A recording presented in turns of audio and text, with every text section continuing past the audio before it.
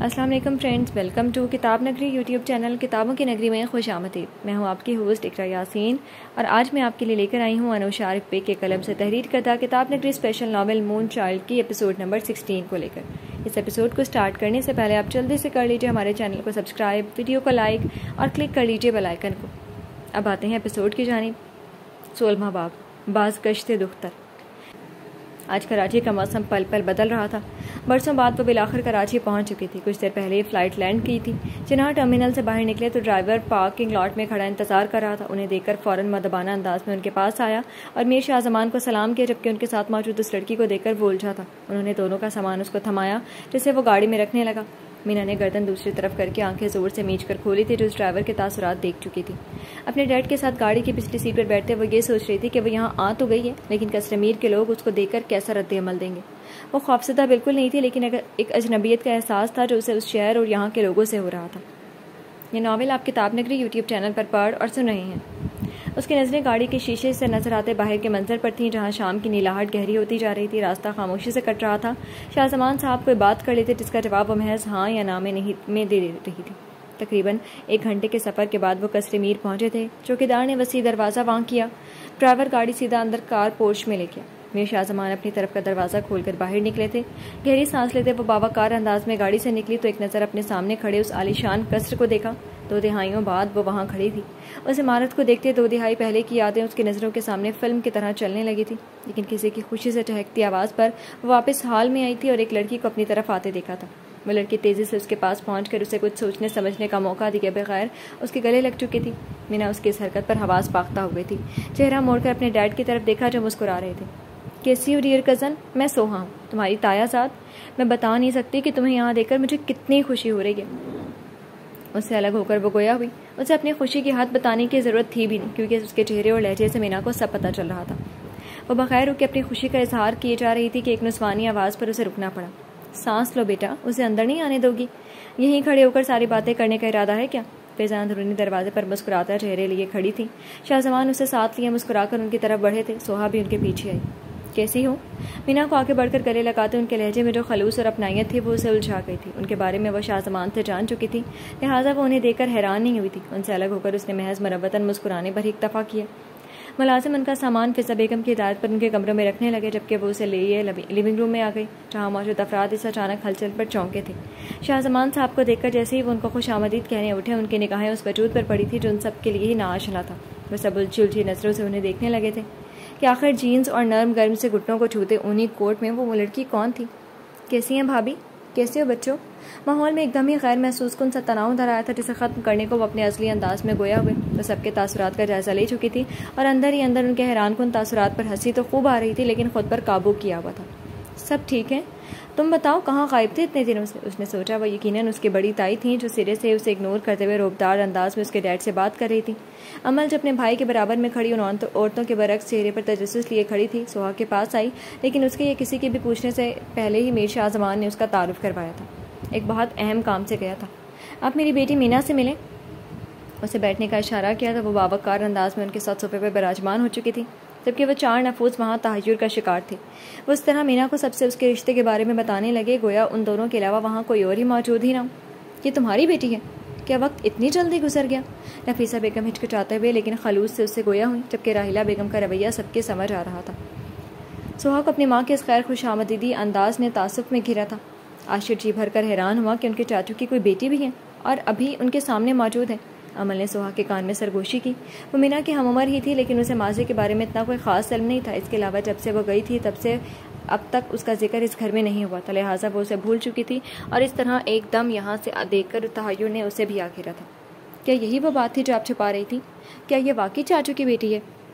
ہاں نا، اس کے جواب پر اوہ کے انداز میں اس کے لب سکڑے تھے۔ یہ ناول آپ کتاب نگری یوٹیوب چینل پر پڑھ اور سن رہے ہیں۔ 1-2 باتوں کے بعد شاہ زمان صاحب اپنے کمرے میں چلے گئے، جبکہ سوہا مینا کو اس کے کمرے میں چھوڑنے آئی تھی۔ اوپر والی منزل پر راہداری کے دوسرے سرے پر موجود کمرے کے وسط میں کھڑے تھے، اس کے سوٹ کیس وغیرہ ایک طرف رکھے تھے۔ مجھے معلوم ہے کہ تم اس وقت خود کو خیر آرام دہ محسوس کر رہی ہوگی، لیکن یہ تمہارا بھی گھر ہے، کیونکہ یہ چاچو کا گھر ہے۔ تم آہستہ آہستہ اس گھر میں کمفرٹیبل ہو جاؤ گی۔ اس کے چہرے سے کوئی بھی اندازہ لگانا مشکل تھا، پھر بھی سوہا نے وہ کہا جو اس نے محسوس کیا۔ مینا کو وہ اچھی لگی تھی، اپنی ماں سے بالکل برعکس رویہ تھا اس کا۔ وقت کے ساتھ تو ہر جگہ سے انسان کمفرٹیبل ہو جاتا ہے. ڈونٹ وری، میں بھی ہو جاؤں گی. وہ مروتاً مسکرائی تھی. سوہا اس کی بات پر فی الوقت غور نہیں کر سکی. تم ٹھیک کہہ رہی ہو، تم سے بہت باتیں کرنی ہیں، اسی لیے تم فریش ہو جاؤ، تھوڑا ریسٹ کر لو. کوئی مسئلہ ہو تو مجھے بتانا، ڈنر پر ملتے ہیں. ویسے وہاں چھوڑے باہر جا چکی تھی. اسے اتنی اپنائیت عجیب لگی تھی. اب اس میں اس کا قصور نہیں تھا، کیونکہ اکیلے رہنے کی عادت جو ہو چکی تھی. اس نے چہرہ گھما کر چاروں طرف نگاہ ڈالی. اس کے مطابق وسیع کمرہ تھا جس کے در و دیوار نیلے اور سفید رنگ کے امتزاج پر تھے. بلائنڈرز بھی دیواروں کے امتزاج پر تھے. داخلی دروازے کے دائیں جانب وسیع بیڈ تھا، جبکہ اس کے دونوں اطراف سائڈ میزیں تھیں. دائیں جانب اسٹڈی ٹیبل رکھی تھی، جبکہ ایک کافی ٹیبل اور اس کے پاس 2 صوفے موجود تھے. بائیں جانب دروازہ تھا جو ڈریسنگ روم اور باتھ روم کو جاتا تھا. کمرے سے ملحق بالکنی کو دیکھ کر اسے لندن میں اپنا اپارٹمنٹ یاد آیا تھا. وہ بالکنی میں چلی آئی جہاں اب سیاہی چھا گئی تھی. تاروں اور نارنجی کی پھانک کی شکل کے چاند کو وہ آسمان پر براجمان دیکھ سکتی تھی. اس کی روشنی بالکنی کو روشن کر رہی تھی. کھلی ہوا میں سانس لینے کے بعد وہ اب فریش ہونا چاہتی تھی. تھکن تو بہت تھی اور اسے نہیں معلوم تھا کہ یہاں وہ کون کون سے ایڈونچر کرنے والی ہے، اس لیے مستقبل کی فکر کو چھوڑ کر اس نے سوٹ کیس سے اپنا ڈریس نکال کر باتھ روم کی راہ لی تھی. یہ ناول آپ کتاب نگری یوٹیوب چینل پر پڑھ اور سن رہے ہیں. رات کے کھانے کا انتظام دیکھ کر وہ کچن سے نکلی تھی کہ کسی کی آواز پر آگے بڑھتے قدم رکے. تمہیں اس بات کا معلوم تھا نا فضا؟ راحیلہ بیگم ان کے سامنے آئی تھی. ان کا لہجہ عجیب سا تھا. فضا بیگم ان کی بات کا مفہوم جانتی تھی. انہوں نے شانے اچکائے. جب آپ کو پہلے سے پتہ ہے تو پوچھ کیوں رہی ہیں؟ یقیناً تمہارا ہی مشورہ ہوگا یہ، مگر یاد رکھنا وہ لڑکی تمہاری کچھ نہیں لگتی. تمہاری ہمدردی کہیں تمہارے گلے ہی نہ پڑ جائے. جواباً سوال ہونے پر وہ انہیں خبردار کرنے لگے، لیکن انہیں کوئی فرق نہیں پڑا تھا. وہ شاہ زمان کی کچھ لگتی ہے، یہی میرے لیے کافی ہے. اور آپ بس کریں دوسرے لوگوں کو ہر وقت اپنے کنٹرول میں رکھنا. وہ تحمل سے کہتی وہاں رکی نہیں تھی. راحیلہ بیگم غصے سے لب کھینچتے انہیں زیادہ دیکھتی رہی. بات تو وہ درست کہہ گئی تھی اور یہ انہیں ایک آنکھ نہیں بھایا تھا. فضا بیگم اس گھر میں موجود ان 2-3 لوگوں میں سے تھی جو انہیں موقع پر جواب دے دیتے تھے. یہ ناول آپ کتاب نگری یوٹیوب چینل پر پڑھ اور سن رہے ہیں. سوہا کے کمرے میں ہر دفعہ کی طرح ان تینوں کی محفل لگی تھی، لیکن آج ان کا موضوع مینا میر کی ذات تھی. سوہا کے اس کے کمرے سے نکلتے ہی وہ اس کے پیچھے پڑ گئے تھے کہ انہیں اصل معاملہ بتایا جائے. سوہا نے انہیں مختصر کر کے پوری بات بتائی اور اب وہ اسے ہضم کرنے کی کوشش کر رہے تھے. یار ایک دم سے وقت بدل گیا، جذبات بدل گئے. اپنی اتنی حسین بیٹی کو چاچو پہلے کیوں نہیں لے کر آئے؟ نیچے کارپیٹ پر بیٹھے عاشر کے آپ بھرنے پر ان دونوں نے انہیں گھورا. وقت کی بات ہے. ویسے ہمیشہ کے لیے نہیں آئی، میری شادی میں شرکت کے لیے بہت اصرار کر کے لائے ہیں چاچو. بیڈ پر دونوں پیر اوپر کر کے بیٹھی سوہا نے بتایا تھا. عمل جو جھولے پر بیٹھی تھی چونکی. کیوں؟ وہ سیٹلڈ ہے وہاں، ایک کامیاب وکیل ہے، اپنی فارم ہے، اور باقی سب تم مجھ سے خود پوچھ لینا. چاچو نے اب تک یہی بتایا. اوہ، عمل تو اس تعارف سے ہی متاثر نظر آ رہی تھی. وہ خود اس سے محض چند ماہ ہی بڑی تھی. پڑھائی ختم کرنے کے بعد اس نے کوئی خاطر خواہ کامیابی حاصل نہیں کی تھی. کبھی کبھی آن لائن فری لانسنگ کر لیتی تھی، لیکن ٹک کر بقول اس کے کوئی جاب وہ نہیں کر سکتی تھی. چلو پھر جلد تفصیلی تعارف ہوگا ان سے، عاشر نے قسم سے کہا، جس کا مطلب وہ دونوں خوب سمجھ رہی تھی. یہ ناول آپ کتاب نگری یوٹیوب چینل پر پڑھ اور سن رہے ہیں. رات کی سیاہی میں قصر میر ہمیشہ کی طرح روشن تھا، البتہ آج ایک ہلچل سی تھی جو اس کے تشریف لانے سے محسوس ہوتی تھی. شاہ نواز آفس سے کچھ دیر پہلے گھر آئے تھے اور ان کی بیگم نے سب سے پہلے یہ بات ان کی گوش گزار کی تھی، لیکن انہیں تحیر نے آ گھیرا تھا جب شاہ نواز غصہ یا مشتعل نہیں ہوئے. پھر بھی راحیلہ بیگم کے کہنے پر انہوں نے کھانے کے بعد شاہ زمان سے اس سب کی وضاحت طلب کرنے کا فیصلہ کیا تھا. ان کے کمرے سے باہر نکل کر اور سیڑھیوں سے نیچے اتر کر لیونگ روم میں قدم رکھ کر دیکھا جائے تو وہ صوفے پر براجمان اپنے فون میں مگن تھا جب عاشر کی بات پر متوجہ ہوا. آپ کو پتہ ہے بھائی، چاچو کی ایک بیٹی بھی ہے اور اس وقت ہمارے گھر میں موجود ہے. کیا واقعی؟ وہ شاہ نواز صاحب کے ساتھ ہی آفس سے واپس آیا تھا. اس کے پراسرار انداز پر وہ بھی متحیر ہوا، لیکن اس کے مصروف انداز سے یہ ظاہر ہو رہا تھا کہ سوہا کی طرح وہ بھی مینا کی ایگزسٹنس کے بارے میں جانتا تھا. ہاں، یہ نہیں معلوم تھا کہ وہ اس گھر میں موجود ہے. ہاں، جہاں تک مجھے معلوم ہوا ہے چاچو بزنس ٹرپ کا کہہ کر لندن انہیں لینے گئے تھے. اچھا. اس کی بریفنگ ہر پر فون پینٹ کی جیب میں رکھتے وہ صبر سوچ انداز میں غیر مرئی نقطے کو گھور رہا تھا جب اس کی نظر سیڑھیوں پر سے نیچے اترتے اپنے چاچو پر پڑی. وہ اس کی شانوں کے گرد اپنا بازو پھیلائے نیچے اتر رہے تھے جو اسٹائلش سی ٹخنوں سے کچھ اوپر تک آتی فراک میں ملبوس تھی. ایک ہاتھ میں اپنا قیمتی بریسلیٹ، کانوں میں اسٹرٹس تھے، ماتھے پر چند بال بینکس کی صورت میں گر رہے تھے جبکہ باقی بال پشت پر کھلے چھوڑے تھے. دونوں ساتھ ساتھ کسی بات پر بات کرتے ہوئے مسکرا بھی رہے تھے. ان کے عقب میں فضا بیگم تھے جن کے چہرے پر ان دونوں کو دیکھ کر مسکراہٹ تھی. یہ منظر دیکھ کر اسے یقین ہو گیا تھا کہ چاچو کی بیٹی وہی ہے. ڈرائنگ روم میں کھانا لگ چکا تھا. سب ڈائننگ ٹیبل پر اپنی اپنی نشستوں پر براجمان ہو گئے. وہ شاہ زمان صاحب اور فضا بیگم کے درمیان والی کرسی پر براجمان تھی. ایک دفعہ پھر اجنبیت کی فضا قائم ہوئی تھی. اسے سب کا سامنا کرنا عجیب لگ رہا تھا. ان کی خاموشی کا جائزہ لیتی نگاہوں سے اس نے اخذ کر لیا تھا کہ باقی سب کو بھی خبر ہو چکی تھی. تو یہ ہے تمہاری بیٹی شاہ زمان؟ کھانا شروع کرنے سے پہلے سربراہی کرسی پر براجمان شاہ نواز کے مخاطب کرنے پر شاہ زمان کے ساتھ سبھی ان کی طرف متوجہ ہوئے تھے. جی. پتہ ہی نہیں چلا وقت اتنی جلدی گزر گیا۔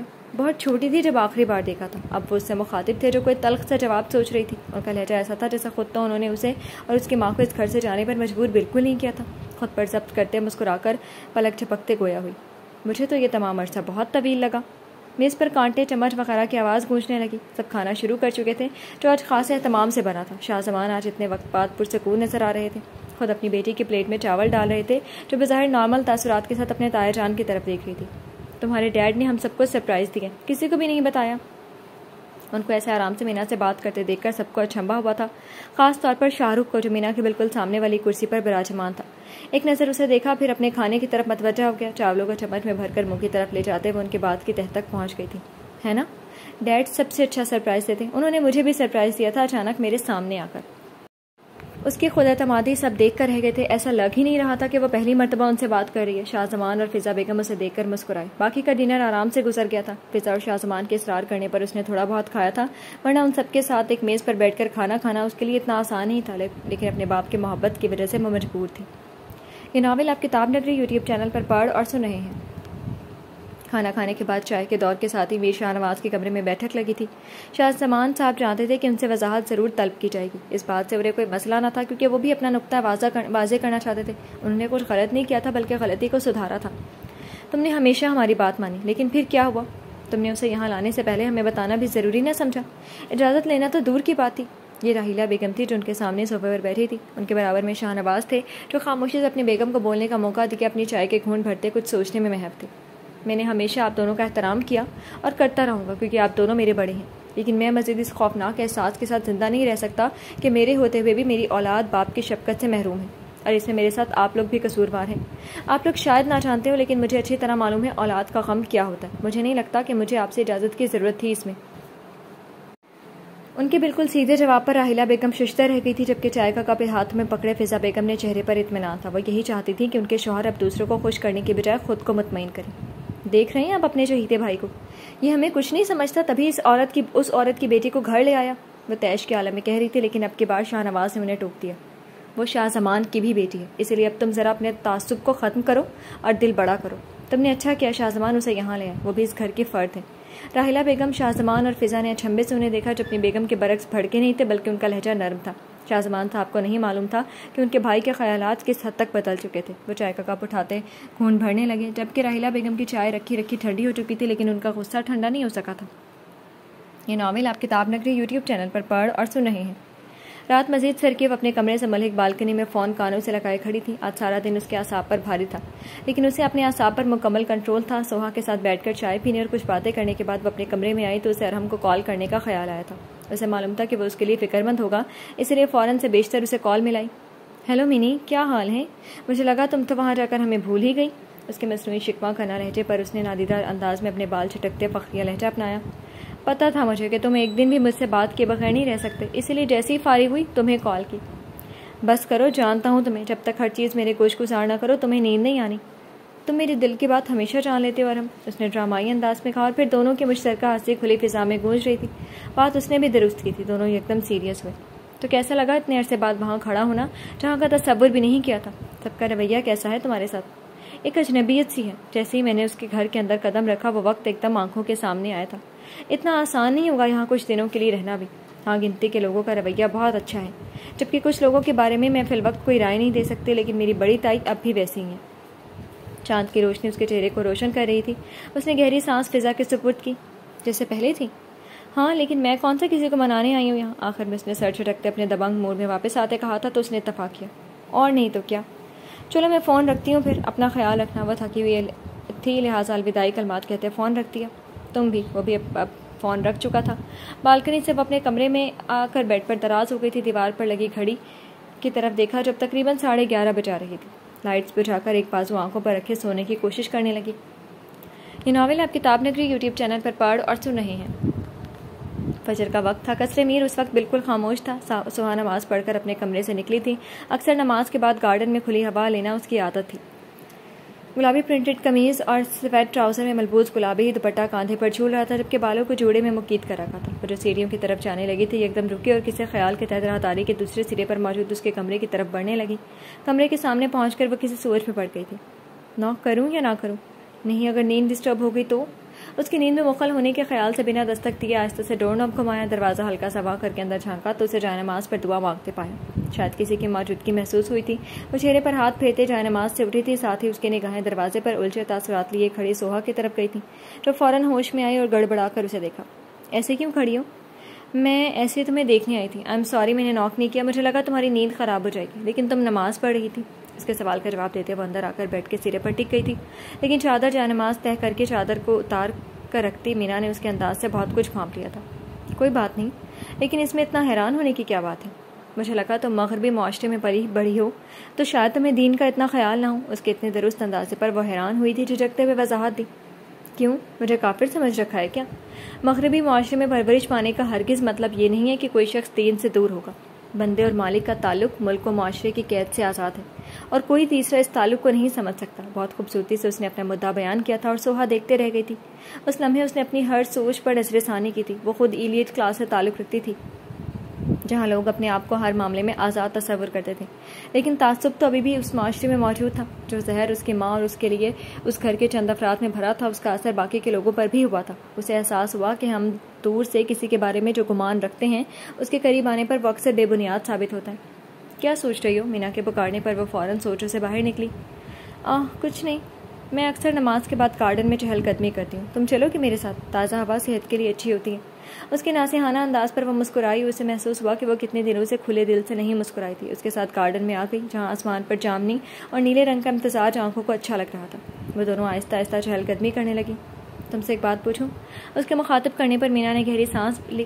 گارڈن میں لگے خوشنما مہک لیے ڈیفوڈلز، موتیے وغیرہ کے پھول آنکھوں کو خیرہ کر رہے تھے۔ مجھے معلوم ہے تمہارے پاس سوالات کا ڈھیر ہے، اس لیے پوچھنے کی اجازت نہیں لیا کرو، پوچھ لیا کرو۔ سوہا اس کی سخاوت پر ہنس پڑی، جبکہ مینا کو خود پر یقین نہیں آیا تھا کہ وہ اس لڑکی سے اتنی جلدی کیسے مانوس ہو سکتی ہے۔ اچھا تو پھر ٹھیک ہے، یہ بتاؤ کہ سوہا شروع ہو چکی تھی، جبکہ وہ اس کے سوالوں کے جواب دینے لگی، اس بات سے انجان کہ اونچائی سے کوئی انہیں دیکھ رہا تھا۔ اپنے کمرے کی بالکنی میں کھڑی راحیلہ بیگم کے تاثرات دیکھ کر ان کی سوچ بتانا مشکل تھا۔ یہ ناول آپ کتاب نگری یوٹیوب چینل پر پڑھ اور سن رہے ہیں۔ سرد صبح وقت ہو چکا تھا۔ کسٹمین میں کچھ دیر پہلے سب ناشتے سے فارغ ہوئے تھے اور اب اپنے اپنے کاموں پر تھے۔ ملازمہ بھی اپنے اپنے کاموں پر جت گئے تھے۔ ملازم بھی اپنے اپنے کاموں پر جت گئے تھے۔ کل کے برعکس آج میز پر ماحول اتنا کشیدہ نہ تھا۔ وہ شاہ زمان کے علاوہ اپنے دونوں تایام سے بھی ہلکی پھلکی گفتگو کر رہی تھی۔ شاہ نواز اور انوار اس سے اس کی تعلیم اور جاب کے بارے میں خوش مزاجی سے گفتگو کر رہے تھے، ان کے جواب وہ پورے اعتمادی سے دے رہی تھی۔ شاید ان کی سوچ واقعی بدل گئی تھی، یا انہیں اپنے بھائی پر ترس آ گیا تھا جب وہ اسے گھر کے فرد کے طور پر قبول کر رہے تھے۔ لیکن راحیلہ بیگم کے چہرے کے سخت تاثرات وہ بھول نہیں سکتی تھی، جو کل سے اب تک اپنے لیے اس نے دیکھے تھے۔ اسے کوئی خاص فرق نہیں پڑتا تھا، لیکن ان کا بلا وجہ کا خار کھانا اسے قطعی نہیں بھاتا تھا۔ ابھی وہ اپنے کمرے میں بیڈ پر بیٹھی انہیں سب سوچوں میں محو تھی، انہی سب سوچوں میں محو تھی جب دروازے پر ہونے والی دستک کی آواز پر ہوش میں آتی نظریں اٹھائیں تو دروازے پر کھڑی امل اندر آئی۔ وہ نیلی کرتی اور کیپری میں ملبوس تھی، بالوں کی پونی ٹیل بنا رکھی تھی۔ ہیلو، کیا ہو رہا ہے؟ کچھ خاص نہیں، امل نے ادھر ادھر نظر دوڑاتے دریافت کیا تو اس نے شانے اچکا دیا۔ وہ جھجک رہی تھی، یا شاید اس کی شخصیت امل کو اندر ہی اندر متاثر کر رہی تھی۔ حالانکہ ابھی تو ان دونوں کی ڈائریکٹ کوئی بات ہی نہیں ہوئی تھی، لیکن اس کا تعارف اور باوقار انداز ہی اسے بہت پر اثر لگا تھا، اور ایسا اکثر لوگوں کو لگتا تھا جب وہ مینا سے پہلی بار ملتے تھے۔ آپ یقیناً بور ہو رہی ہوں گی، ہے نا؟ ابھی عمل کچھ اور کہنے کے لیے منہ کھولتی کہ عاشق کہیں سے نمودار ہوا تھا۔ مینا نے اس نوجوان کو دیکھا جو ہسمکھ چہرے کے ساتھ دروازے کی چوکھٹ سے ٹک کر کھڑا تھا۔ تمہیں کیسے پتا؟ مینا نے بھویں اچکاتے جواباً سوال کیا۔ وہ واقعی بور ہو رہی تھی، کیونکہ یہ اس کا لندن نہیں تھا جہاں وہ اپنی مرضی سے گھوم پھر سکتی تھی، اور اول تو وہاں اسے اتنے کام ہوتے تھے کہ فارغ وقت میں بھی وہ بور نہیں ہو سکتی تھی، لیکن یہ پاکستان تھا اور یہاں اس کی کسی سے اتنی اچھی بات چیت نہیں تھی۔ ابھی جب میں یہاں بور ہو سکتا ہوں، پھر آپ کا بور ہونا تو بنتا ہے۔ وہ اندر آ کر صوفے پر دھڑام سے بیٹھا تھا۔ عمل نے اسے گھورا۔ تمہارے ہوتے ہوئے ہم بور نہیں ہوتے، تو تم کیسے ہو سکتے ہو؟ بس کیا بتاؤں، تمہاری جیسی بہن جس کے پاس ہو تو وہ بیزار ہی ہوگا نا، بتائیں اسے مینا، اس نے مصنوعی سنجیدگی سے کہا، اور مینا کی طرف دیکھا تو اسے ہنسی آ گئی جسے وہ دبا گئی، جبکہ عمل نے آنکھیں پھاڑ کر دیکھا۔ مینا بیٹا بڑی ہے تم سے، آپ ہی کہو، خوبصورت کزن کو میں آپ ہی نہیں کہتا، ٹھیک ہے نا مینا؟ فوراً سے دل پر ہاتھ رکھا اور معصومیت سے اس سے اجازت لی۔ مینا کو اس کی حرکتوں پر ہنسی آ رہی تھی، وہ ان بہن بھائی کی تکرار انجوائے کر رہی تھی۔ مجھے کوئی اعتراض نہیں، تم بھی اس کے ساتھ مل گئی؟ تمہیں نہیں پتا یہ کیسی بلا ہے؟ اچھے خاصے موڈ کا بیڑا غرق کرنا اس سے بہتر کسی کو نہیں آتا۔ اچھا تم نے اپنا موڈ اس کے ہاتھ میں کیوں دیا؟ عمل نے بگڑے لہجے میں کہا، جس پر مینا کے منہ سے بے ساختہ نکلا۔ وہ تینوں ہنسے تھے۔ تم یہ بتاؤ کہ آج یونیورسٹی نہیں جانا کیا؟ میں مینا کو یہاں بور ہوتے تھوڑی چھوڑ کر کیسے جا سکتا ہوں؟ آج اس کی یونیورسٹی میں کلاس تھی لیکن حاضری پوری ہونے کی وجہ سے وہ چھٹی کر سکتا تھا، اس لیے آج وہ نہیں گیا۔ ارادہ اپنی کزن کو کمپنی دینے کا تھا۔ اتنے تم مہربان، عمل نے نفی میں سر چھٹکا تھا۔ تمہیں قدر ہی نہیں تو میں کیا کروں؟ تعصب سے سر ہلاتے کہا تھا، جس پر مینا مسکرائی تھی جبکہ عمل اپنے بھائی سے سخت قسم کی بیزار نظر آ رہی تھی۔ یہ ناول آپ کتاب نگری یوٹیوب چینل پر پڑھ اور سن رہے ہیں۔ سورج کی روشنی کی کرنیں سارے شہر کو اپنی لپیٹ میں لیے ہوئے تھیں۔ میر گروپ آف انڈسٹریز کی بلند شاندار عمارت اپنی پوری شان سے شہر کے کاروباری علاقے میں براجمان تھی۔ اندر کا ماحول معمول کے مطابق مصروف سا تھا۔ میر شاہ نواز کے آفس میں وہ دونوں آمنے سامنے بیٹھے تھے۔ ماحول میں تھوڑا تناؤ سا محسوس ہو رہا تھا۔ میر شاہ نواز بہت کچھ سوچنے کے بعد آخرکار ان سے مخاطب ہوئے تھے۔ مجھے لگا تھا تم لندن لیگل ایڈوائزر کی تلاش میں گئے ہوئے۔ وہ اطمینان سے بیٹھے پچھلے 5 منٹ سے اپنے یہاں طلب کیے جانے کا مقصد جاننا چاہ رہے تھے، ایک دم اچانک الرٹ ہوئے۔ آپ کو درست لگا تھا۔ آپ بھی جانتے ہیں کہ کچھ وقت سے ہمارے کاروباری حالات کیا چل رہے ہیں۔ مجھے نہیں معلوم کہ کنسٹرکشن انڈسٹری کو شاہ رخ کے حوالے کرنا ٹھیک تھا یا نہیں، لیکن میں اپنے خاندان کی کاروباری ساکھ کو بچانے کے لیے جو کر سکتا ہوں کروں گا، قدر اطمینان سے جواب دیا تھا۔ شاہ نواز انہیں دیکھتے رہے، کہا کچھ نہیں، کہتے بھی کیا؟ بات تو اگلے بندے کی درست تھی۔ بھروسہ رکھیں، جس کو بھی لاؤں گا وہ قابل اعتبار ہی ہوگا۔ وہ جانتے تھے کہ ان کے بھائی کاروباری معاملات کسی بدنامی کے بغیر پھر سے ٹھیک چاہتے تھے۔ میر گروپ آف انڈسٹریز کا ایک نام تھا جس کو وہ نقصان میں نہیں دیکھنا چاہتے تھے، اور اپنے بیٹے کے ہاتھوں نقصان پہنچتا ہوا تو بالکل بھی نہیں۔ وہ ان کا بیٹا تھا، لیکن اس کا برتاؤ اس دور اندیش شخصیت کی سمجھ سے باہر تھا۔ یہ ناول آپ کتاب نگری یوٹیوب چینل پر پڑھ اور سن رہے ہیں۔ شام نے اپنے پر پھیلائے تھے۔ ماحول میں ٹھنڈ کا اضافہ ہو گیا تھا۔ قصر میر میں لیونگ روم میں سبھی تقریباً موجود تھے۔ چائے کا دور چل رہا تھا۔ وہ صوفے پر سوہا کے ساتھ بیٹھی تھی جو اسے ہسپتال میں اپنے آج کے دن کے بارے میں بتا رہی تھی۔ وہ خاصی ملنسار تھی، ہر کسی سے آرام سے گھل مل جانے والی، جبکہ مینا کو لوگوں سے گھلنے میں وقت لگتا تھا۔ جس کو وہ خود سے قریب ہونے کی اجازت دیتی تھی، بس وہی اس کے قریب ہو پاتا تھا۔ تمہارا دن کیسا گزرا یہاں؟ اس کے استفسار پر وہ اسے بتانے لگی، جو اس کے مطابق کچھ خاص نہیں تھا۔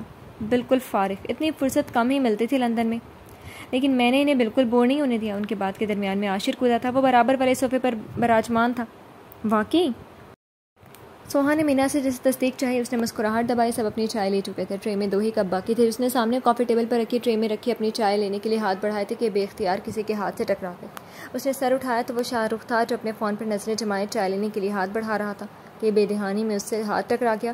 مینا نے فوراً اپنا ہاتھ ہٹایا تھا تاکہ وہ پہلے اپنی چائے لے لے۔ اس نے ایک بے تاثر نگاہ اس پر ڈال کر ہاتھ بڑھا کر چائے لی، جو کھلتے ہوئے زرد رنگ کی ٹخنوں سے کچھ اوپر تک آتی فراک میں ملبوس تھی۔ ایک ہاتھ کی کلائی میں اس کا بریسلیٹ تھا۔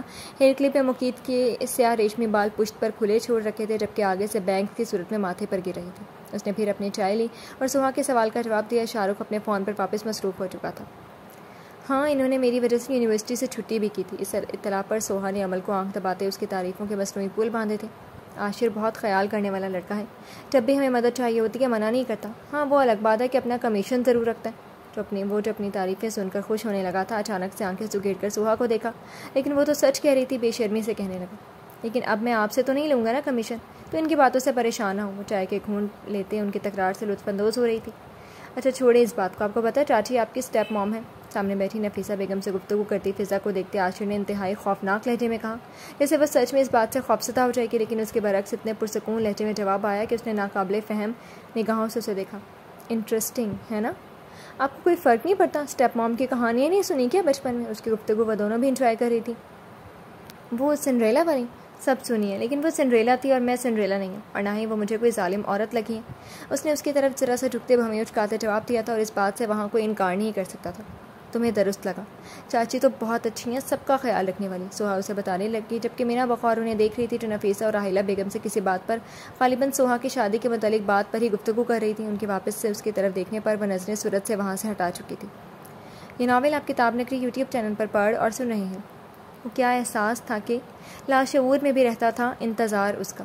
آسمان سیاہ ہو گیا تھا۔ کمرے میں کچھ دیر پہلے آ کر اس نے مغرب کی نماز پڑھی، اور اب وہ بالکنی کے پاس رکھے صوفے پر بیٹھی چہرہ بالکنی سے نظر آتے آسمان کی جانب کی اپنے فون ہاتھ میں لیے کچھ سوچ رہی تھی۔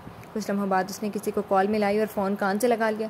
دوسری بیل پر فون اٹھا لیا گیا تھا۔ وہ لاشعوری طور پر مسکرائی تھی۔ ہے مینا، کیسی ہو؟ دوسری جانب سے آنے والی آواز سن کر وہ اسے اپنا آپ پرسکون ہوتا محسوس ہوا، جیسے کسی اجنبی جگہ پر کسی اپنے کی آواز سن کر محسوس ہوتا ہے۔ میں بالکل ٹھیک ہوں نائل، آپ سنائیں کیا حال ہے؟ حال تو ویسے ہی ہے جسے تم چھوڑ کر گئی تھی۔ ویسے دل لگ گیا تمہارا وہاں؟ اس کا خوشگوار لہجہ وہ محسوس کر سکتی تھی، لیکن غالباً وہ یہ نہیں جانتی تھی کہ اس کی آواز کا ہی اثر تھا جو دوسری جانب موجود اس شخص کا موڈ خوشگوار کر گیا تھا، ورنہ کام کا لوڈ اسے سب کچھ فراموش کرا گیا تھا سوائے اس لڑکی کے۔ اچھا، ابھی آفس میں ہے کیا؟ ہاں، وہ اپنے آفس میں اس وقت کسی فائل پر جھکا تھا جو اس کے سیکریٹری نے لا کر دی تھی۔ ویسے میرے بغیر فارم میں مزہ تو نہیں آ رہا ہوگا، ہے نا؟ اس کے ڈرامائی انداز پر اس کے لب دلکش مسکراہٹ میں ڈھلے تھے۔ واقعی یہ سچ تھا کہ اس کی کمی محسوس ہوئی تھی۔ مزہ واقعی نہیں آ رہا؟ تمہارے کیسز سے مجھے جو دیکھنے پڑ رہے ہیں۔ وہ گہری سانس لیتے گویا ہوا وہ ہنسی۔ بہت ہیکٹک ہوگا نا، لیکن اب کیا کریں؟ آپ دونوں نے مجھے پاکستان جانے پر راضی کیا تھا، خوشمکی لہجے میں کہتے ارہم کو بھی گفتگو میں شامل کیا تھا۔ اس کے کچھ کیسز فنائل اور ارہم دیکھ رہے تھے، جبکہ جو کچھ کیسز وہ یہاں سے واپس جانے کے بعد دیکھنے والی تھی۔ وہاں سب ٹھیک ہیں؟ ہاں ٹھیک ہی ہیں، تقریباً سب ہی کا رویہ ٹھیک ہے، اور جن کا ٹھیک نہیں ہے ان کا بھی ٹھیک کر لیں گے۔ اس کے ایک ادا سے کہنے پر وہ استفہامیہ انداز میں سر ہلاتے گویا ہوا۔ ہاں وہ تو تم کرنے میں ماہر ہو۔ اچھا یہ بتائیں آپ نے کب آنا ہے؟ اس کے پوچھنے پر وہ لاشعوری طور پر مسکرایا۔ کیوں؟ تم میرا انتظار کر رہی ہو؟ میرا کو اس کے شوق لہجے میں جذبات کی آمیزش محسوس ہوئی تھی۔ ہاں کر رہی ہوں۔ پھر؟ اس کا اعتماد دیکھتے وہ ہنوز مسکرا رہا تھا۔ اس سے خوش آئند بات میرے لیے کیا ہو سکتی ہے کہ تم میرا انتظار کر رہی ہو؟ اب مجھے وہاں اجنبیت محسوس نہیں ہوگی۔ مینا اس بات میں چھپے احساسات سمجھ رہی تھی، لیکن وہ خود یہ سب کسی کے لیے محسوس نہیں کرنا چاہتی تھی، حالانکہ دل تو کچھ اور ہی چاہتا تھا۔ وہاں تو وہ اس کے سامنے ہوتا تھا اور یہاں سب تھے، لیکن پھر بھی ایک کمی سی تھی جو اپنے اطراف اسے محسوس ہو رہی تھی۔ ایک دوسرے کے احساس میں کھوئے تھے، ایک دوسرے کی خاموشی محسوس کر رہے تھے۔ یہ ناول آپ کتاب نگری یوٹیوب چینل پر پڑھ اور سن رہے ہیں۔ رات ہو چکی تھی، تاروں سے بھرا آسمان جس پر باریک چاند اپنی پوری آب و تاب سے براجمان تھا خوبصورت لگ رہا تھا۔ شاہزمان صاحب اپنے کمرے سے ملحق اسٹڈی روم میں صوفے پر براجمان ہینڈز ریسٹ پر بازو رکھے کسی سوچ میں محو تھے۔ ان کے اطراف مکمل خاموشی تھی۔ جب دستک کی آواز پر انہوں نے اپنی سوچ سے نکل کر دروازے کی طرف دیکھا۔ آ جاؤ بیٹا، مسکراتے ہوئے اسے اندر آنے کا کہا۔ وہ چہرے پر ہلکی مسکراہٹ لیے اندر آ کر ان کے قریب صوفے پر براجمان ہو چکی تھی، یوں کہ ان کے ادھر سے ان کا دایاں رخ دکھائی دیتا تھا۔ کوئی ضروری بات ہے ڈیڈ؟ تفکر سے تاثرات چہرے پر سجائے دریافت کیا۔ کھانے کے بعد اسے وہاں بلایا تھا جس سے اس نے یہی اخذ کیا۔ وہ گہری سانس لیتے گویا ہوا، ضروری بات تو ہے، لیکن مجھے نہیں سمجھ آ رہا کہ تمہیں اس میں انوالو کروں یا نہ کروں۔ 2 دن بھی ٹھیک سے نہیں ہوئے تمہیں یہاں آئے ہوئے۔ وہ الجھے ہوئے تھے کہ اسے اپنے کاروباری معاملات میں شامل کریں یا نہیں۔ ان کے نزدیک اس سے زیادہ قابل اعتبار کوئی نہیں تھا، لیکن یہاں وہ اسے ہر وقت کام میں مصروف نہیں دیکھنا چاہتے تھے۔ اس کے ساتھ وقت گزارنا چاہتے تھے کہ پھر اسے واپس چلے جانا تھا۔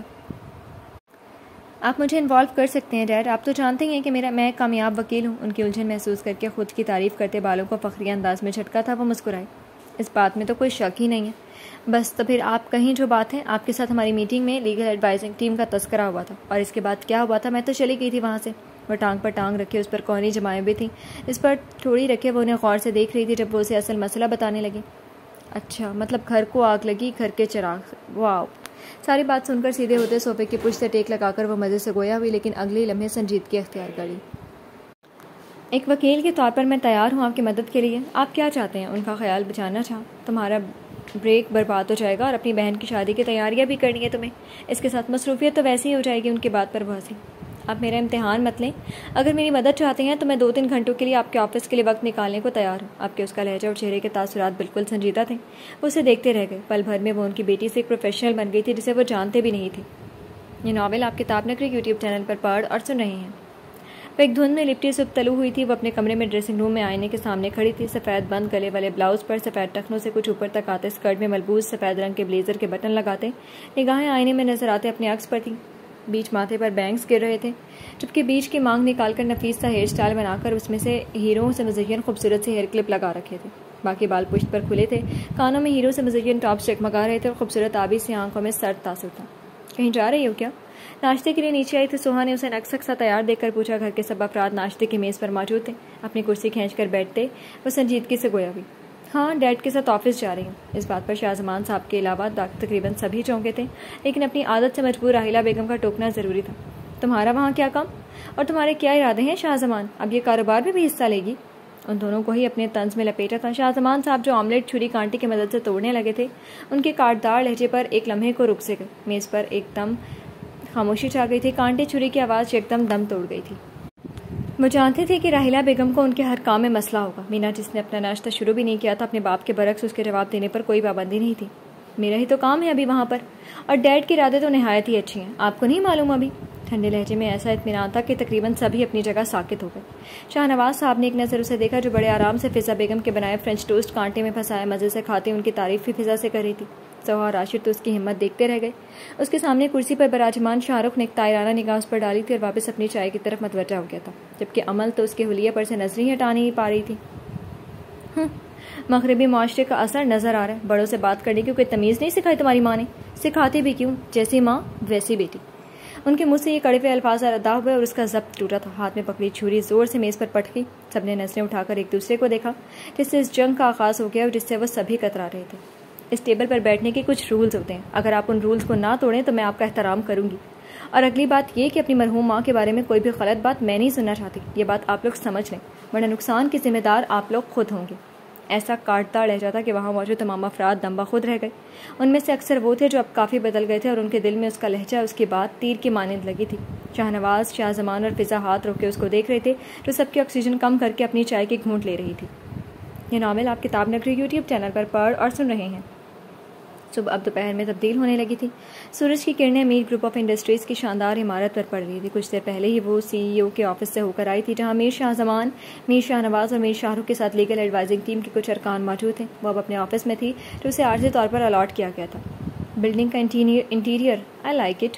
ریوالونگ چیئر پر ٹانگ رکھے براجمان تائرانہ نگاہ اس جگہ پر ڈالتے اس کے انداز میں ستائش تھی. میٹنگ میں اسے سارے معاملات کی بریفنگ دی گئی تھی اور کچھ ضروری معاملات پر بھی روشنی ڈالی گئی تھی. اس سارے عرصے میں اسے خود پر کسی کی نگاہیں محسوس ہوتی رہی تھیں.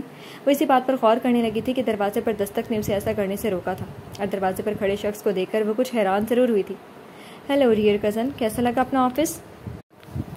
اندر آتے ہوئے شاہ رخ کا دوستانہ لہجہ اسے عجیب لگا تھا. شاید وہ پہلی بار مخاطب ہو رہا تھا، اسی وجہ سے اس نے رسمی طور پر مسکرانے کی صحیح کی.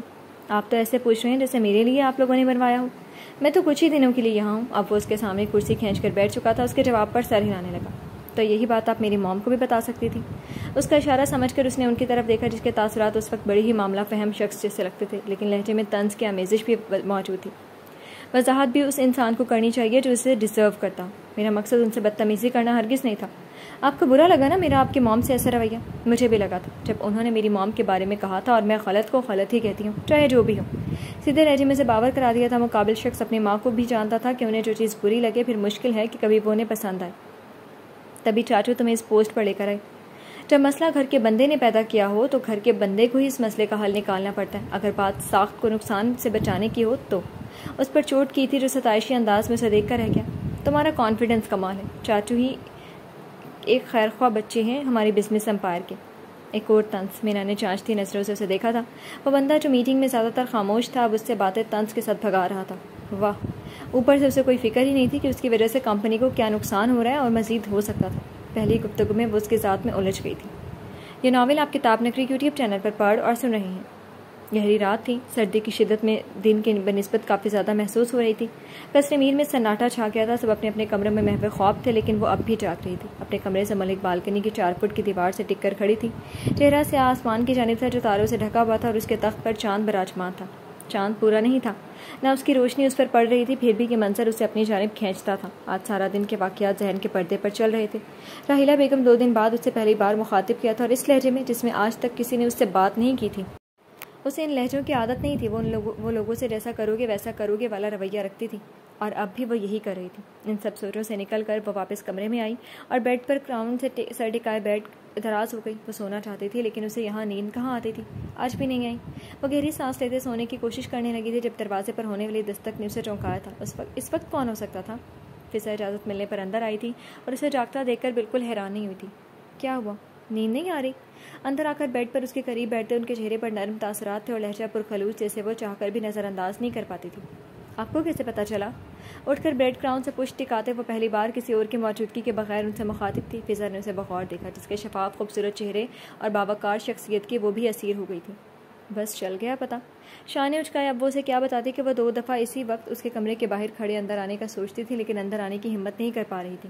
انہیں معلوم ہوتا تھا کہ وہ جاگ رہی ہے لیکن وہ سمجھتی تھی کہ شاید اسے اس وقت ان کا آنا اچھا نہ لگے. آخرکار انہوں نے اس کی ماں کی جگہ لی تھی. صبح اس کے نارمل انداز میں خود سے بات کرنے کی وجہ سے وہ آج اندر آنے کی ہمت کر پائی تھی. چند ثانیہ خاموشی کی نظر ہو گئے تھے جب انہوں نے ہی بات کا آغاز کیا. تمہیں نیند نہیں آ رہی یا آتی ہی نہیں ہے؟ ان کا سوال تھا یا شاید اسے سمجھنے کی ایک کوشش تھی. اس نے ہونٹ کو بائیں جانب سے کھینچتے مسکرا کر کہا، کبھی کبھی ایسا ہوتا ہے کہ میں سو نہیں پاتی اور غیر مانوس جگہ پر تو ویسے ہی نیند نہیں آتی. وہ اسے سمجھ سکتی تھی. اور کبھی کبھی نیند کیوں نہیں آتی؟ دوستانہ انداز تھا. وہ اس سوال پر غیر مرئی نقطے کو گھورنے لگی. سوچ رہی تھی کہ ان سے اپنے جذبات شیئر کرے یا نہ کرے تاکہ میں اندھیرے کو محسوس کر سکوں. یو نو وٹ، مجھے رات کے اندھیرے میں کبھی ڈر نہیں لگا. وہ آواز پاختہ سے اسے سن رہی تھی جو اپنے دل کی بات ارحم اور نائل کے بعد کسی سے کر رہی تھی. رات میں اکثر موم جو مجھ سے ملنے آتی ہیں وہ اس دنیا سے جا کر بھی میرے پاس ہیں۔ مجھے نہیں معلوم کہ میں یہ باتیں آپ سے کیوں کر رہی ہوں۔ ان کے چہرے کو دیکھ کر وہ پھر گہری سانسیں لیتے پھر سے کہنے لگی کہ انہوں نے اس کی بات کاٹی۔ تو مجھ سے اپنے دل کی باتیں کر سکتی۔ اس نے ایک آئی برو جھکاتے دیکھا۔ مجھے معلوم ہے میں تمہاری ماں نہیں ہوں، لیکن تم مجھ سے کوئی بھی بات شیئر کر سکتی ہو۔ وہ سنجیدہ تھی۔ ان کی بات پر اسے سمجھ نہیں آیا کہ کیا رد عمل دے۔ اس نے سوچا ہی نہیں تھا کہ یہاں بھی کوئی ایسا ہوگا جو اس کی سننا چاہے گا، اور وہ کوئی بھی کون تھا؟ اس کے باپ کی دوسری بیوی جو اس کی سوتیلی ماں تھی۔ لیکن اسے ان سے کوئی مسئلہ نہیں تھا۔ اپنے ڈیڈ سے ان کے بارے میں سن کر اسے ہونا بھی نہیں چاہیے تھا کہ کس طرح انہوں نے اس کے ڈیڈ کو اپنی غلطی سدھارنے میں مدد کی تھی۔ آپ تو واقعی ماڈرن زمانے کی اسٹیپ موم ہے۔ آپ کو اپنا شوہر اس کی بیٹی کے ہاتھوں چھن جانے کا خوف بالکل نہیں ہے۔ ماحول کو ذرا ہلکا کرنے کی خاطر شوخی سے کہا۔ وہ بھی ہنسی تھی۔ اگر خوف ہوتا تو خود تمہیں لے کر آنے کا نہ کہتی ان سے، اور تم مجھے اسٹیپ موم کی بجائے اپنی ماں کی جگہ بھی سمجھ سکتی ہو۔ ان کا دوستانہ لہجہ اس کے دل کو اچھا لگا تھا۔ اس کی ماں کی جگہ کوئی نہیں لے سکتا تھا، لیکن کتنے عرصے بعد اسے واقعی کوئی اپنی ماں جیسا لگا تھا۔ وہ محض مسکرا ہی سکی تھی۔ یہ ناول آپ کتاب نگری یوٹیوب چینل پر پڑھ اور سن رہے ہیں۔ کراچی میں شام گہری ہو رہی تھی۔ موسم اب دن میں بھی ٹھنڈ کی لپیٹ میں ہوتا تھا۔ غرض کراچی میں سردیاں باقاعدہ آ چکی تھیں۔ وہ دونوں لیونگ روم میں موجود اس کا انتظار کر رہے تھے جو اب تک آفس سے نہیں لوٹی تھی۔ امن صوفے پر دونوں پیر اوپر کیے چہرے پر ہاتھ رکھے بیٹھی فرش کو گھو رہی تھی۔ سوہا بھی اس کے قریب صوفے سے پشت ٹکائے ہوئے تھی۔ وہ کچھ دیر پہلے ہی ہسپتال سے لوٹی تھی اور فریش ہو کر چائے وغیرہ سے فارغ ہو کر اب وہ دونوں شاپنگ کا پلان بنا رہے تھے۔ چونکہ شادی قریب تھی اور ان کی شاپنگ نہ ہونے کے برابر تھی، سو وہ آج سے شاپنگ باقاعدہ شروع کرنا چاہ رہے تھے۔ ان کا کام محض اپنی شاپنگ کرنا تھا۔ سوہا کی شادی کے سوٹ پہلے ہی ڈیزائنر کے پاس تیار ہو رہے تھے جو وہ مینا کے آنے سے 1-2 دن پہلے ہی شایان اور انم کے ساتھ جا کر لے چکی تھی۔ باقی کی تیاریاں گھر کی تینوں خواتین مل کر رہی تھیں۔ کہاں رہ گئی یہ؟ امل نے بیزاری سے کہا تو سوہا نے سر اٹھایا۔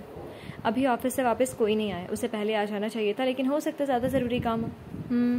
اس کی بات سے اتفاق کرتے ان دونوں کے کانوں میں گاڑی کے ہارن کی آواز گونجی تھی۔ بے اختیار ایک دوسرے کو دیکھا۔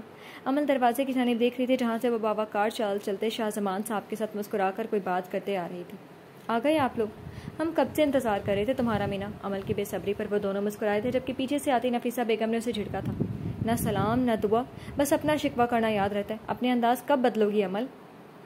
اس نے منہ بنایا، جبکہ مینا نفیسہ بیگم اور سیڑھیوں سے اتر کر لیونگ روم میں داخل ہوتی فضا کو سلام کرتے صوفے پر تھکے ہوئے انداز میں بیٹھی تھی۔ ان دونوں نے خوش اسلوبی سے اس کے سلام کا جواب دیا تھا۔ شاہ زمان صاحب بھی سوہا کے سلام کا جواب دیتے اپنے کمرے کی جانب چلے گئے تھے۔ آپ کہو کیا کہہ رہی تھی؟ آرام دہ انداز میں صوفے سے پشت ٹکائے اس نے کہا۔ سوہا اس کے برابر میں بیٹھتی گویا ہوئی انتظار کر رہے تھے تمہارا شاپنگ پر جانے کے لیے، لیکن آپ محترمہ تو اب آفس سے مصروف کیا ہوئی، ہمارے لیے تو وقت ہی نہیں نکالیں۔ تقریباً 1 ہفتہ اسے ہو گیا تھا آفس جاتے ہوئے، اور ہر دن مصروف ہی گزرا تھا۔ اس کے محبت بھرے طنز کا جواب دیتی کہ سامنے سے گزرتے شاہ رخ کو دیکھ کر منہ سے کچھ اور ہی نکلا۔ کیا کروں، کسی کے بگاڑے ہوئے کام درست کرنے میں وقت بہت لگتا ہے۔ سوہا نے ناسمجھی سے اس کو دیکھا جس کی آواز شاہ رخ کے کالوں تک پہنچ چکی تھی۔ سیڑھیاں چڑھتے ایک نظر اس نے پلٹ کر مینا کو ضرور دیکھا تھا۔ گائز یہ سب چھوڑو، یہ بتاؤ کہ کب چل رہے ہیں شاپنگ پر؟ میں تو بہت ایکسائٹڈ ہوں۔ امل کی اشتیاق پر وہ دونوں ہنس پڑی تھی۔ سوہا نے تفتیشی انداز میں آنکھیں سکیڑ کر اسے دیکھا۔ میری تو شادی ہے، لیکن تمہیں کس چیز کی اتنی ایکسائٹمنٹ ہے؟ اب ہے تو ہے، سادگی سے جواب دیا۔ کسی کو دوبارہ دیکھنے کی ایکسائٹمنٹ، یہ اس نے دل میں کہا تھا، اور ہونٹ خود بخود مسکرا اٹھے تھے۔ اسے فریش بھی ہونے دینا ہے کہ یہیں لے کر بیٹھے رہنا؟ تم جا کر فریش ہو جاؤ مینا، میں چائے بھجواتی ہوں۔ جی تائی جان۔ نفیسہ بیگم نے وہاں سے گزرتے انہیں ابھی تک وہیں بیٹھے دیکھ کر ٹوکا اور اسے ہدایت دی۔ امل نے دوبارہ منہ بنایا، جبکہ مینا اس کے تاثرات پر مسکراتے ہوئے اٹھ گئی تھی۔ سب کا ہی رویہ اس سے اچھا تھا سوائے راحیلہ بیگم کی۔ وہ ابھی اسے قبول نہیں کر سکی تھی اور اس بات کی کوئی پرواہ بھی نہیں تھی۔ یہ ناول آپ کتاب نگری یوٹیوب چینل پر پڑھ اور سن رہے ہیں۔ اپنے کمرے میں گود میں لیپ ٹاپ رکھے بیڈ پر نیم دراز تھی، کانوں میں ہینڈ فری لگائے وہ آج کل کے ٹرینڈ کے مطابق ڈریسز دیکھ رہی تھی جو اسے سوہا کی شادی کے لیے خریدنے تھے۔ اس کے سامنے اسکرین پر وہ خوبصورت جوڑے نظر آ رہے تھے، لیکن اسکرین پر نگاہ ہوتے ہوئے بھی اس کا ذہن کہیں اور تھا۔ چہرہ نیم مسکراہٹ میں ڈھلا تھا۔ کیا وہ آئے گا؟ وہ دل میں خود سے مخاطب تھی۔ ضرور آئے گا، لیکن وہ تو یہاں نہیں رہتا۔ اس کے ذہن میں اس نے اس کے یقین کو ڈگمگانا چاہا، لیکن دل نے ایسا نہیں ہونے دیا۔ تو کیا ہوا؟ اسے تو معلوم بھی نہیں ہوگا کہ تم کون ہو اور اس کے لیے کیا جذبات رکھتی ہو۔ کوئی بات نہیں، اس سے کوئی فرق نہیں پڑتا، بس میں اسے دیکھنا چاہتی ہوں، اس سے ملنا چاہتی ہوں، باقی بات کی بات ہے۔ ذہن کی نا امیدی کو دل نے رد کیا تھا۔ کانوں میں اب گانے کی آواز آنا بند ہو گئی تھی۔ وہ فوراً خیالات کے بھنور سے باہر نکلی اور اپنے سر پر ہلکا سا ہاتھ مارتے خود کو ڈپٹا۔ کیا کر رہی ہوں میں؟ صبر رکھو عمل۔ اب وہ اسکرین پر نئے ڈیزائن کو دیکھتی انہیں خریدنے کا ارادہ کر رہی تھی۔ یہ ناول آپ کتاب نگری یوٹیوب چینل پر پڑھ اور سن رہے ہیں۔ کراچی سرد اور خشک ہواؤں کی لپیٹ میں تھا۔ دوپہر کا لنچ بریک تھا جو وہ آج شاہ زمان اور شاہ نواز کے ساتھ کر رہی تھی، جو فارمل سوٹ میں ملبوس تھے۔ وہ لوگ ہیڈ آفس کے قریب واقع ایک ریستوران میں بیٹھے تھے۔ اس وقت بھی وہاں بہت لوگ تھے اور شاہ رخ کو بھی وہاں آنا تھا، لیکن ایک سائٹ وزٹ کی وجہ سے وہ ابھی تک نہیں پہنچا تھا۔ وہ سیاہ رنگ کی ٹخنوں سے کچھ اوپر تک آتی فراک میں ملبوس تھی. سیاہ ریشمی بال پشت پر کھلے چھوڑ رکھے تھے جبکہ چند چھوٹے کٹے بال ماتھے پر گر رہے تھے. کانوں میں اسٹرڈز ڈال رکھے تھے اور ہاتھ کی کلائی پر اپنا سگنیچر بریسلیٹ تھا. روٹین والا لائٹ میک اپ کیے وہ خوبصورت ترین لگتی تھی. کھانا آرڈر کرنے کے بعد وہ ان دونوں سے کام کے متعلق کی باتیں کر رہی تھی. مجھے کوئی مسئلہ نہیں ہو رہا تایا جان. مسئلہ محض شاہ رخ صاحب کے رویے میں. اگر وہ میرے کام پر اثر انداز ہونے کی کوشش نہ کرے تو بہت اچھا ہوگا. ابھی وہ خاموش ہی ہوئی تھی جب کرسی کھینچ کر کوئی میز کے اس پار بالکل اس کے سامنے بیٹھا تھا. لیٹ ہونے پر معذرت. اپنے ڈیڈ اور چاچو کو دیکھتے کہا. ویسے آپ لوگوں کے چہرے دیکھ کر ایسا لگ رہا ہے کہ میری برائیاں سنی جا رہی تھیں. چہرے پر ہلکی مسکراہٹ تھی لیکن لہجہ مینا کو استہزائیہ لگا تھا. وہ چپتے نگاہوں سے اسے دیکھنے لگی جو سیاہ سوٹ میں ملبوس مسکراتے ہوئے اسے دیکھ رہا تھا. وہ ایک وجیح مرد تھا لیکن اس کا مسکرانا اسے پتہ نہیں کیوں ذرا بھی اچھا نہیں لگا تھا. اتنے میں کھانا آ چکا تھا. برائیاں نہیں حقیقت سنی جا رہی ہے. پلیٹ سامنے رکھ کر اس میں رکھی اسٹیک پر کانٹے چھری چلاتے ہوئے جتایا تھا. اپنی پلیٹ اپنی طرف کرتے اس نے اس طرح سر ہلایا جیسے اس کی بات سے اتفاق کرتا ہو. مینا کے کام میں دخل اندازی مت کیا کرو شاہ رخ. تمہاری یہ دخل اندازی ہمیں نقصان پہنچا چکی ہے, اسی لیے ذرا ہماری محنت کے بارے میں ہی سوچ لو. میر شاہ نواز نے دونوں بازوؤں کو میز پر رکھے چمچہ منہ میں لے جاتے گویا ہوئے. ان کا لہجہ سرد تھا جو اب اس کے لیے وہ مختص کر چکے تھے. شاہ رخ انہیں دیکھ کر رہ گیا. ان کے اس رویے کا وہ عادی ہو چکا تھا اور پتہ نہیں کب سے شاہ زمان ان دونوں باپ بیٹے کو ایک نظر دیکھ رہے تھے جب مینا نے انہیں پکارا. کیا سوچ رہے ہیں ڈیڈ؟ وہ جیسے ان کے تاثرات بھانپ گئی تھی. وہ اس کی طرف دیکھ کر مسکراتے اسے مطمئن کرتے اپنے پس منظر میں آنے والی آوازوں کے ساتھ کھانے کی طرف متوجہ ہو گئے تھے. یہ ناول آپ کتاب نگری یوٹیوب چینل پر پڑھ اور سن رہے ہیں. شام ہو چکی تھی. نومبر کے اختتامی دن تھے سو سردی میں اس وقت کافی اضافہ ہوا تھا. وہ لوگ آج بلاخر شاپنگ کے لیے مال آئے تھے. سوہا, مینا اور امل جن کے ساتھ عاشر بطور ڈرائیور آیا تھا لیکن اسے اپنی شاپنگ کرنی تھی لہٰذا انہیں چھوڑ کر اپنی شاپنگ میں مشغول ہو گیا تھا. مال میں معمول کا ہجوم تھا. وہ تینوں ایک دکان پر کھڑی تھیں. سوہا نے اپنے لیے 2 جوڑے پسند کیے تھے لیکن وہ الجھن کا شکار تھی کہ کون سا خریدیں. لہٰذا مینا کی طرف دیکھا جو آفس سے ذرا جلدی آ گئی تھی.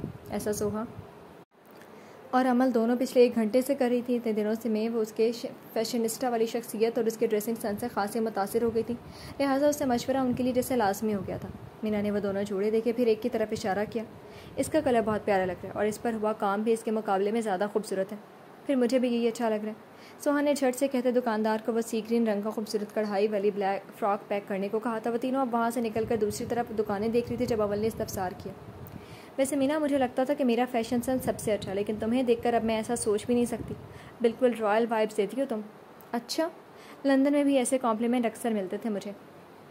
آگے قدم بڑھاتے وہ ہلکی سے مسکراہٹ لیے عام سے لہجے میں گویا ہوئی. عمل نے اسے دیکھتے بے اختیار سوچا تھا جو سفید ٹرٹل نیک اور سیاہ فلیئر ٹراؤزر پر سیاہی بلیزر میں ملبوس بالوں پر سیاہ ہیڈ کلپ ٹکائے ہوئے تھی جس میں سے ماتھے پر بال گر رہے تھے اور باقی کے بال پشت پر تھے. پیروں میں اونچی سینڈلز تھیں.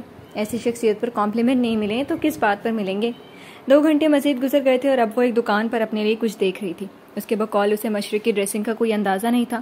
دونوں نے اسے گھورا. ان کی ساری مشرقی طرز کی شاپنگ میں اس نے ان کی مدد کی تھی لیکن اپنی باری میں اور محترمہ کو کوئی اندازہ نہیں. چاہے مغربی ہو یا مشرقی, تمہاری چوائس سب میں باکمال ہے بھائی. سوہا کی نظروں میں ستائش تھی. اسے بے اختیار اپنی یونیورسٹی کے دن یاد آیا جب وہ جوائے وغیرہ کے ساتھ شاپنگ کرتی تھی. یونیورسٹی کے بعد بھی کئی بار وہ دونوں اور ساتھ میں ارہم بھی شاپنگ اور آؤٹنگ وغیرہ پر جاتے رہتے تھے. وہ بھی کیا دن تھے. ایک دکان پر کھڑے ان دونوں کو کوئی رائے دیتے اس نے سوچا تو مسکراہٹ خود بخود چہرے پر چھائی تھی. کیا سوچ رہی ہو؟ پیمنٹ کر کے باہر نکلتے سوہا نے پوچھا. وہاں میں جب بھی اپنے دوستوں کے ساتھ آؤٹنگ کے لیے جاتی تھی اور اکثر ہمارا ٹھکانہ شاپنگ مال ہی ہوتا تھا. وہ بھی مجھ سے اسی طرح رائے مانگ رہے ہوتے تھے اور کبھی کبھی میں بھی ان سے رائے مانگ لیا کرتی تھی. تم دوست آرام سے بنا لیتی ہو؟ کیفیٹیریا میں داخل ہوتے خوشگوار انداز میں اس نے ایسے ہی پوچھ لیا تھا. پہلی بار اس نے خود سے کچھ بتایا تھا لندن میں اپنی زندگی کے بارے میں, ورنہ اسے خود ہی پوچھنا پڑتا تھا. میں آرام سے دوست بنا سکتی تھی لیکن میں نے ایسا کبھی نہیں کیا. بچپن میں ایک دوست بنایا تھا جس کی جگہ اب تک کوئی نہیں لے سکا. ہاں, اس کے ساتھ اور لوگوں سے بھی بات چیت تھی. پھر اسی کی مرہون محنت یونیورسٹی میں اور اس کے بعد کچھ دوست اور بنے. یو کین سے میں نے کبھی خود سے کسی سے دوستی کرنے کی کوشش نہیں کی لیکن قسمت نے مجھے ان لوگوں سے ملوایا جو واقعی دوست کہلانے کے لائق ہیں. کیفیٹیریا میں کنارے پر لگی میز پر ایک طرف سوہا اور عمل بیٹھی تھی جبکہ ان کے سامنے وہ تھی. اس سے اس کے ماضی کے وہ کچھ خوبصورت دنوں کے بارے میں محویت سے سن رہے تھے. پھر تو تم خوش قسمت ہو کہ ایسے دوست ملے, عمل نے کہا. لیکن وہ دونوں نہیں جانتے تھے کہ خوش قسمت تو اس کے دوست بھی تھے. یہ عاشر کہاں رہ گیا؟ ابھی فون پر تو کہہ رہا تھا کہ فوراً آ رہا ہوں. سوہا نے ادھر ادھر دیکھا جیسے عاشر کو ڈھونڈ رہی ہو. اتنے میں وہ سامنے سونے کی طرف آتا نظر آیا. لگتا ہے تم نے آج ہی ساری شاپنگ کر لی. شاپنگ بیگز کا ڈھیر میز پر رکھتے وہ مینا کے برابر والی کرسی کھینچ کر بیٹھا جب عمل نے چوٹ کی. یہی سمجھ لو میں آپ لوگوں کی طرح 10 دفعہ نہیں آ سکتا. منہ کے زاویے بگاڑتے اس کی طرف دیکھتے کہا. اسے ایک ہی بار ساری شاپنگ کر لینا زیادہ صحیح لگتا تھا. گو کہ ابھی بھی شاپنگ پوری نہیں تھی پھر بھی بہت ہی. اور مینا آپ کی شاپنگ ہو گئی؟ یقیناً ان دونوں کی شاپنگ میں آپ کو موقع ہی نہیں ملا ہوگا۔ وہ اپنی دونوں بہنوں کو خوب جانتا تھا۔ مینا نے چہرہ گھما کر اس کی طرف دیکھا اور آنکھیں بڑی کر کے اسی کے انداز میں کہا، تم واقعی بہت اچھی طرح ان دونوں سے واقف ہو۔ یہ تو ہے، وہ چوڑا ہوا تھا۔ اچھا اب جلدی سے کچھ منگواؤ، چل چل کر بھوک سے برا حال ہو گیا۔ عمل کی بیچارگی پر اسے وہاں سے اٹھنا ہی پڑا۔ یہ ناول آپ کتاب نگری یوٹیوب چینل پر پڑھ اور سن رہے ہیں۔ دور ہو تو کیا ہوا، دل میں میرے رہتے ہو تم۔ رات گہری ہو رہی تھی، تاروں سے سٹے فلک پر وہ ماہ کامل براجمان تھا۔ اپنے کمرے میں ایک طرف موجود اسٹڈی ٹیبل پر لیپ ٹاپ رکھے ریوالونگ چیئر پر وہ براجمان لیپ ٹاپ کی کیز پر انگلیاں چلا رہی تھی۔ نیلے رنگ کے ٹاپ اور جینس میں ملبوس سیاہ ریشمی بالوں کا پشت پر کھلا چھوڑ رکھا تھا۔ میر شاہ رخ، تم نے یہ کیا حرکتیں کی ہوئی ہیں؟ اپنے ڈیڈ اور چاچو کی محنت کو داؤ پر لگا دیا۔ ہاتھ روک کر بیک ریسٹ سے ٹیک لگائے وہ متاسفانہ انداز میں خود سے مخاطب تھی۔ شاہ رخ کے ساتھ کام کرنا واقعی آسان نہیں تھا۔ وہ اس کے انڈر نہیں تھے، لیکن لیگل ایڈوائزر کے طور پر بھی اس کے لیے کام کرنا مشکل تھا۔ وہ ہر چیز کو اپنے کنٹرول میں رکھنا چاہتا تھا، اور ایک بات اسے قطعاً سمجھ نہیں آئی تھی کہ وہ کرنا کیا چاہتا ہے، اپنا نقصان کر کے کس کو فائدہ پہنچانا چاہتا ہے۔ کچھ عرصے پہلے اس نے اپنے under Mir group of industries کی جو کنسٹرکشن فرم تھی اس میں ایک عجیب صورتحال کھڑی کر دی تھی۔ ایک بڑے پروجیکٹ میں جس قسم کی بے ضابطگیاں اس کی طرف سے ہوئیں وہ نظر انداز نہیں کی جا سکتی تھی، اور اس کے باعث مارکیٹ میں سارے گروپ کی ساخت کو نقصان ہوا تھا، اور مزید نقصان کا خدشہ تھا اگر صورتحال نہیں سنبھالی جاتی۔ یہ سب اسے شاہ زمان نے بتایا تھا، جو اسے کنفیوز کر چکا تھا۔ ٹیبل پر رکھا فون بجا، وہ فوراً اس کی طرف متوجہ ہوئی جس پر نائل کا نام جگمگا رہا تھا۔ اچانک اسے اطراف کا ماحول خوشگوار محسوس ہونے لگا تھا۔ مسکراتے ہوئے فون اٹھا کر کان سے لگایا۔ کیا ہو رہا ہے؟ سلام دعا کے بعد دوسری طرف سے دریافت کیا گیا۔ قانونی مشیر ہی بنی ہوئی ہوں اور میر شاہ رخ کو سمجھنے کی کوشش کر رہی ہوں۔ وہ اسے اس معاملے سے آگاہ کر چکی تھی۔ اس کا تھکا ہوا لہجہ محسوس کر کے وہ گویا ہوا، وہ اتنا پراسرار ہے کیا جو تم اسے سمجھ نہیں پا رہی؟ وہ بس ایک رشین زبان کا کوڈ ہے جسے میں ریڈ نہیں کر پا رہی۔ اپنی گروپ کا نام خراب کیا اس نے، مگر کیوں؟ اس کی بات پر چہرے کے زاویے بگڑے تھے۔ تم فرسٹریٹ ہو رہی ہو مینا، تمہیں اپنے طریقے سے کام کرنا چاہیے۔ تمہارا کام اس مسئلے کا حل نکالنا ہے۔ اگر تم اس کے ایکشن کی وجہ سے ڈھونڈنے لگو گی تو تم مزید الجھو گی۔ شاید تم انہیں وقت کے ساتھ دریافت کر لو، لیکن فی الوقت جو اصل کام ہے وہ کرو۔ آخر تمہارے ڈیڈ اس مسئلے کو بات بڑھائے بغیر حل کرنا چاہتے ہیں، اسی لیے انہوں نے تم سے مدد لی۔ وہ نہیں چاہتے کہ گھر کے ہی فرد کی وجہ سے ان کے پورے گروپ کا نام خراب ہو۔ وہ صحیح کہہ رہا تھا، شاید کہ جو بھی وجہ تھی وہ خود ہی سامنے آ جائے گی۔ فی الحال اس کا فوکس اس مسئلے کا حل نکالنے پر ہونا چاہیے۔ اس کا دھیان بٹانے میں وہ کچھ حد تک کامیاب ہو گیا تھا، جیسے وہ اسے مطمئن کرتے تھے اب وہ اسے مطمئن کرنے لگا تھا۔ اس کے دل کو ایک سرور سا محسوس ہوا تھا۔ آپ صحیح کہہ رہے ہیں، شاید میں اب اپنے طریقے سے کام کروں گی، اور ویسے بھی مجھے اس کی ذات میں کوئی دلچسپی نہیں ہے، سو اس بارے میں سوچنا بنتا ہی نہیں ہے۔ اس کا موڈ فریش ہو گیا تھا۔ دوسری جانب موجود نائل کے لب دلکش مسکراہٹ میں ڈھلے تھے۔ ایک اور بات بتانی تھی۔ وہ کیا؟ اس کی سنجیدگی بھانپ کر وہ چکنا ہوئی۔ 2 دن بعد میں آ رہا ہوں کراچی۔ واقعی؟ جلدی آئیں پھر؟ خوش ہوتے وہ تحکم آمیز لہجے میں گویا ہوئی تو اس کا لہجہ بھی مؤدبانہ تھا۔ ضرور، جیسا آپ کا حکم۔ مینا اس کے انداز پر ہنسے بغیر نہ رہ سکی۔ اس کی کھنکتی ہنسی میں وہ کھو سا گیا تھا۔ جب چند لمحوں بعد اس کے پکارنے پر اس کا ارتکاز ٹوٹا۔ کہاں کھو گئے لارڈ میئر؟ ایک تو اس کا یہ خطاب اور دوسرا اس کا لہجہ، وہ دور ہو کر بھی اپنے پاس اس کو محسوس کر سکتا تھا۔ کہیں نہیں، بات بنائی تھی اور یہ مینا کو بھی معلوم تھا، لیکن جانے دیا۔ جی تو فرینڈز، کیسے لگی آپ کو آج کے ایپیسوڈ؟ کمنٹ سیکشن میں ضرور بتائیے گا۔ پھر حاضر ہوں گے ناول کے نیکسٹ ایپیسوڈ کے ساتھ۔ اب تک کے لیے اجازت دیجیے، شکریہ، اللہ حافظ۔